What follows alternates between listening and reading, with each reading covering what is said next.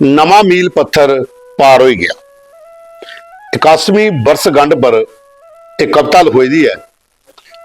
स्वर्गीय प्रधानमंत्री अटल बिहारी वाजपेयी होंदी है कविता, जिहदा डोगरी अनुवाद एडवोकेट चंद्रमोहन शर्मा होरें कीते दा है।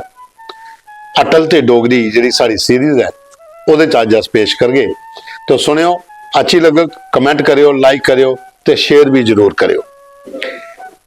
किन्ने पत्थर होर न अगे, खीरी पैंडा कोई नहीं पछाणदा। किन्ने पत्थर होर न अगे, खीरी पैंडा कोई नहीं पछाणदा। अनमिट सूरज अनमुक धरती, अनमिट सूरज अनमुक धरती, छड़ी काया गया जिंदी मरदी। उमरी दा बधाना भी त्यार हो गया, नवा मील पत्थर पार हो गया। देखो के एक लाइन लिखी दी है, अनमिट सूरज अनमुक धरती, छड़ी काया गया जिंदी ते मरदी।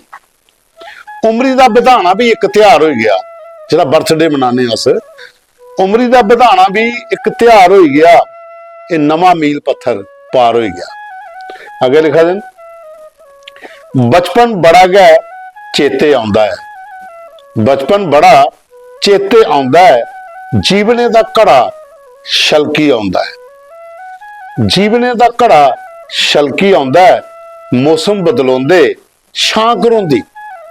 मौसम बदलोंदे छां घरोंदी, सब किछ उसरिया पर जीवन, सब किछ उसरिया पर जीवन, घाटे दा व्यापार हो गया, एक नवा मील पत्थर पार हो गया।